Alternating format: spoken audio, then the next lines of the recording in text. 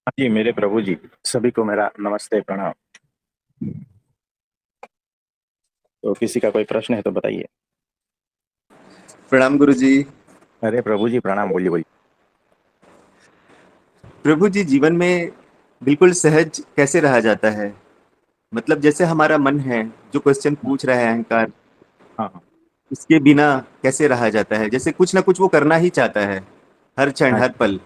उसका हम्म, संग ही कुसंग, उसका होना ही कुसंग है, तो उसके बगैर मूल बात यह है कि अगर अकेले कमरे में बंद कर दिया जाए तो भी हम्म। सहज अवस्था में कैसे रहा जाए? ये बड़ा अद्भुत प्रश्न पूछा है। देखो, सहज अवस्था दो प्रकार की होती है। एक होती है माया वाली और दूसरी होती है मायातीत। ये दो सहज अवस्था है, ध्यान रखना, है ना। तो आप किस सहज अवस्था की बात कर रहे हो? मायातीत, जैसे हम मूवी देखने जाते हैं उस समय तो हम खुद को भूल जाते हैं, वो तो पूरी माया वाली बात है। हाँ। लेकिन मायातीत अवस्था, सहज, दे- ना कुछ देखो करना है ना। हाँ देखो, छोटा बच्चा है ना, 6 महीने का है, वो सहज है। लेकिन वो जो सहजता है प्राकृतिक है, वो माया में है और वो सहज है ना। वो बेहोश है, तो बेहोशी वाली सहजता और होश वाली सहजता, माया वाली सहजता, मायातीत सहजता, है ना। तो गुणों वाली सहजता यानी जो तीन गुण है, जिसके भीतर ये सारा झंझट चल रहा है ना, सत्व रजस तमस, ये गुणों वाली सहजता और गुणातीत सहजता। आप समझे, बहुत भेद है। तो जब तक आप गुणातीत नहीं होते हो, जब तक मायातीत नहीं होते हो, जब तक समयातीत नहीं होते हो, जब तक होश पूर्वक नहीं होते हो, जब तक समझदार नहीं होते, तब तक यही समझना कि आप जिसकी बात कर रहे हो ना, वो माया वाली ही सहजता की बात कर रहे हो और उसी के चलाए चलते हो। बिल्कुल गुरु जी, ये दिख रहा है कि हम हर क्षण तीनों गुणों की ही गुलामी कर रहे हैं। कभी कोई गुण हावी होता है, कभी कोई गुण हावी होता है, लेकिन हाँ गुलामी तो इन्हीं गुणों की ही चल रही है। हम तो कुछ देखो, भी कर रहे हैं, दैट मीन्स उसकी गुलामी ही कर रहे हैं। हाँ देखो, हम मन के हिसाब से चल, तो हमें लगता है कि हम मन के हिसाब से चल रहे हैं, हम सहज ही चल रहे हैं। लेकिन यहाँ पर बेहोशी है, पता ही नहीं है कि मन के हिसाब से चल रहे हैं या मन से पार जाकर चल रहे हैं, नहीं पता। तो ये जो है ना, ये सिर्फ और सिर्फ होश में आने के बाद ही पता चलता है कि कौन सी वाली सहजता में चल रहे हो। और ये कोई प्रैक्टिस वाली बात है ही नहीं इसमें। इसमें सिर्फ होश को साधना है, समझदार होना है बस। क्रियाएं बाद में होती है, स्थिति पहले बनती है। आप समझे। तो होश पूर्वक स्थिति, मायातीत स्थिति, आत्मा में स्थिति, ये पहले बनती है। उसके बाद में जो होता है, वो माया के गुणों का सहारा लेकर इंस्ट्रूमेंट की तरह फिर कार्य होता है। और वो कार्य में इतना सहज होता है कि वो इसमें लिप्त होते हुए भी अलिप्त है ना। सहजता वो है जो लिप्त होते हुए भी अलिप्त है। ये सेंटेंस लिख लेना, सहजता इज इक्वल टू लिप्त होते हुए भी अलिप्त। ये सूत्र है, सारे का सार कह दिया है ना, सहजता का सार कह दिया है। तो सहजता इज इक्वल टू लिप्त होते हुए भी अलिप्त रहना। अब आप खुद को चेक करो कि आप कितने लिप्त होते हो और कितने अलिप्त होते हो हर क्रिया के पीछे, हर क्रिया में, है ना। तो धीरे धीरे पता चलता जाएगा कि कितना होश में हूं मैं, कितनी समझदारी आई और कितना सहज हो पाता हूं। जो सहज है ना, वो सहजता से लिप्त होता है और सहजता से अलिप्त भी होता है। इसको कहते हैं असली सहजता। आप समझे। जी गुरु जी। सहजता से जाना यानी भी इसके आसानी बाद से, में। बहुत ही आसानी से। सहजता यानी बहुत ही आसानी से, अविरोध पूर्वक, है ना। और अप्रैक्टिस पूर्वक सहजता। आपने देखा होगा, कोई बाइक चला लेता है इतनी सहजता से, कैसे चला लेता होगा, भीतर तक घुस गया है और वो सहजता भीतर से आती है, तो इतनी आसानी से बाइक चला लेता है।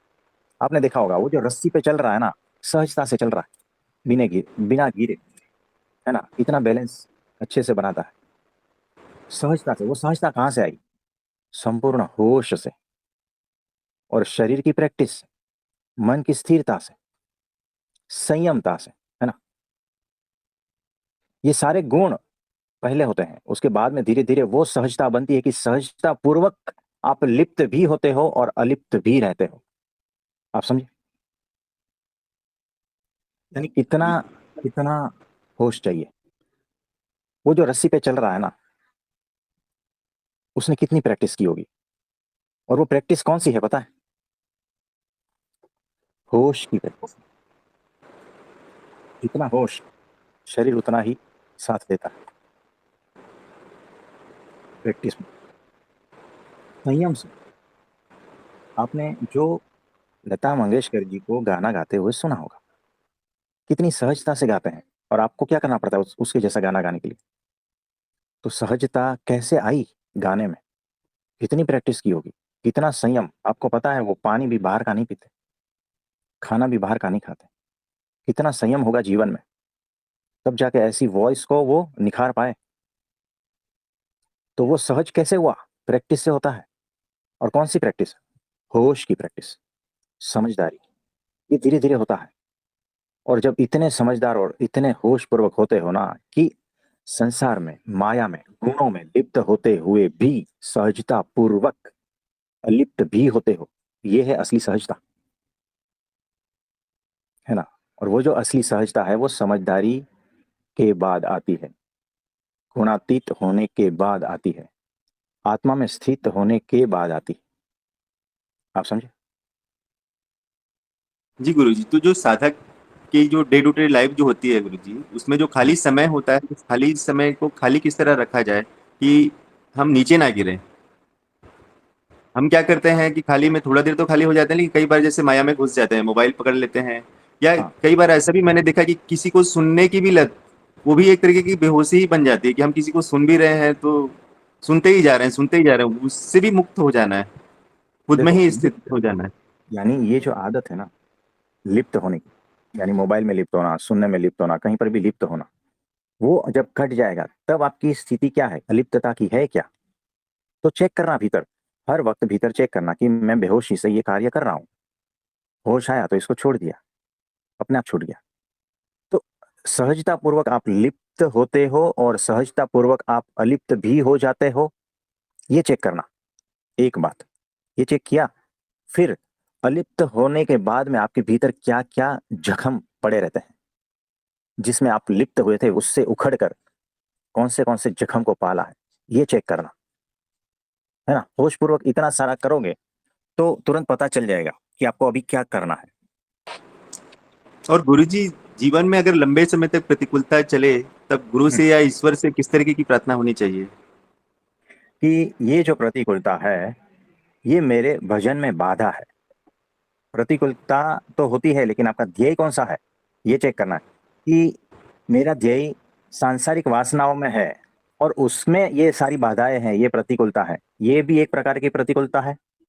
दूसरी बात, परमात्मा के रास्ते चल रहे हो और प्रतिकूलताएं हैं, ये दूसरे प्रकार की प्रतिकूलता है ना। तो आप किस प्रतिकूलता की बात कर रहे हो? आपका ध्येय क्या है, ये मुझे बताओ। भजन मुक्ति। हाँ, उसमें प्रतिकूलता अच्छी बात है, तब तो आप सुधरोगे ना, तब तो आप बैलेंस कर पाओगे ना, है ना। तो तब तो आप होश में आओगे ना, बिना प्रतिकूलता के होश में कैसे आओगे, बताओ। यानी मैं आपको घर बैठे खाना दूं और आपके बैंक अकाउंट में 1-1 लाख रुपया हर महीने जमा करूं, ठीक है, आपको अच्छे से बंगले में रखूं, है ना, जहाँ एसी हो और नौकर चाकर सब कुछ सुविधा हो, ठीक है, आपको गाड़ियां भी प्रोवाइड करूं, मुझे बताओ, ये सारी सुविधा देने के बाद में, यानी कोई प्रतिकूलता नहीं रही ना अभी,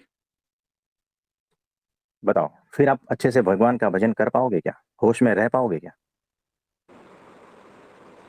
कोई गारंटी नहीं, है ना। तो प्रतिकूलता ही हमें होश में रखती है, नहीं तो बेहोश हो जाओगे। तो भगवान से प्रार्थना करनी है कि इतनी ही प्रतिकूलता देना जितनी मेरी क्षमता है, और मुझे होश देना, बस, बाकी कुछ नहीं।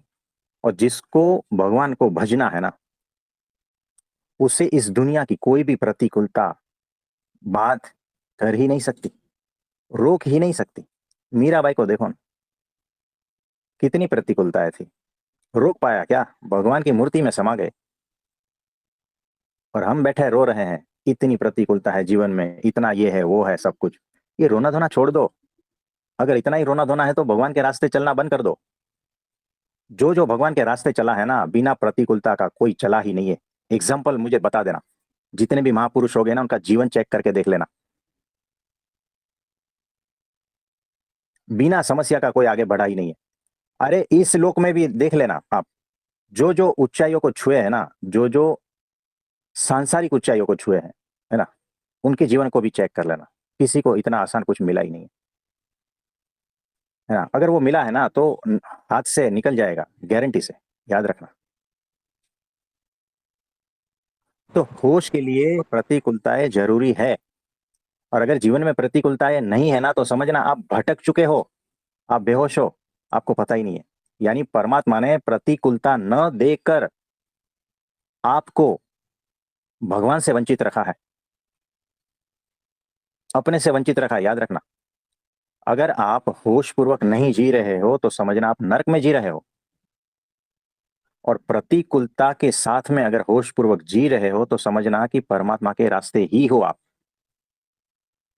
है ना? परमात्मा ने बड़ी कृपा करके प्रतिकूलताएं दी है, उसको क्यों हटाना चाहते हो? उसके लिए क्यों प्रार्थना करना चाहते हो? आपके लिए जो उचित था वो तो आपको दे दिया है, अब उससे विपरीत कौन सी प्रार्थना करोगे? और क्यों करना चाहते हो? है ना? फिर से बेहोश होना है, फिर से भटकना है। सारी अनुकूलता दे देते हैं, आप भटक जाओगे, बेहोश हो जाओगे। आप समझे कुछ? तो अनुग्रह भगवान है से ये एक ही तो। प्रार्थना करनी है कि प्रतिकूलता के बीच में मैं आपको भूलूं नहीं, और सतत होश और समझदारी पूर्वक आगे बढ़ूं। है ना? तो उनको थैंक्स कहना है कि अगर ये नहीं होता तो, यानी कुंती माता ने क्या मांगा था भगवान से कि अगर सब कुछ सही सही रहा जीवन में तो भगवान छूट जाएंगे, है ना, बेहोश हो जाएंगे। इसीलिए थोड़ा दुख तो देते ही रहना, ताकि होश बना रहे। है ना? तो ये जरूरी है, साधक के लिए प्रतिकूलता जरूरी है। इसमें और कुछ पूछोगे? गुरुजी, प्रतिकूलता तो बिल्कुल सही है, लेकिन जैसे सीढ़ी में अगर हम एक ही कदम पे रुके हुए हैं, अगर वहां पे नहीं बढ़ पा रहे ऊपर, हालांकि हम किसी भी स्टेप में जाएंगे तो प्रतिकूलता दिखेगी ही, क्योंकि हमें तो ऊपर चढ़ते जाना है, ऊपर चढ़ते जाना है। लेकिन अगर हाँ। दिख रहा है कि अटकाव हो गया है जीवन में, कुछ परिवर्तन नहीं हो रहा है जहां हम काम कर रहे हैं, तो कई बार ऐसा लगता है कि हम अटैच तो नहीं हो गए जिसको हम छोड़ नहीं रहे, कहीं कोई मोह आसक्ति में तो नहीं घुस गए जिसके कारण हम यहाँ पे चिपक गए हैं। उसे किस तरह से चेक करना है? देखो, आपको पता तो चल ही रहा है कि आप अटक गए हो, है ना? आपने चेक भी कर लिया है ना? तो होश से ही चेक हुआ जाता है। बेहोश जो व्यक्ति सोया हुआ है, उसे पता ही नहीं कि कहाँ सोया है, कहाँ अटका है, ये भी पता नहीं।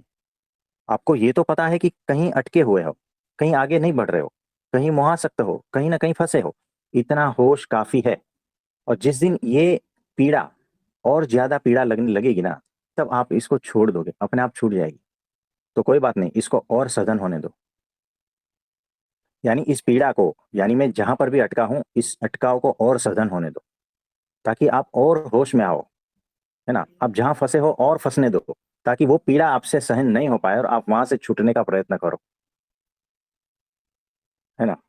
तो इसको और होने दो, होश पूर्वक और होने दो। फिर ये अपने आप गिर जाएगा, भीतर से बदलाव आ ही जाएगा। आप समझे? बिल्कुल, धन्यवाद गुरुजी, बिल्कुल सटीक, यही सत्संग है। हाँ जी, हाँ जी।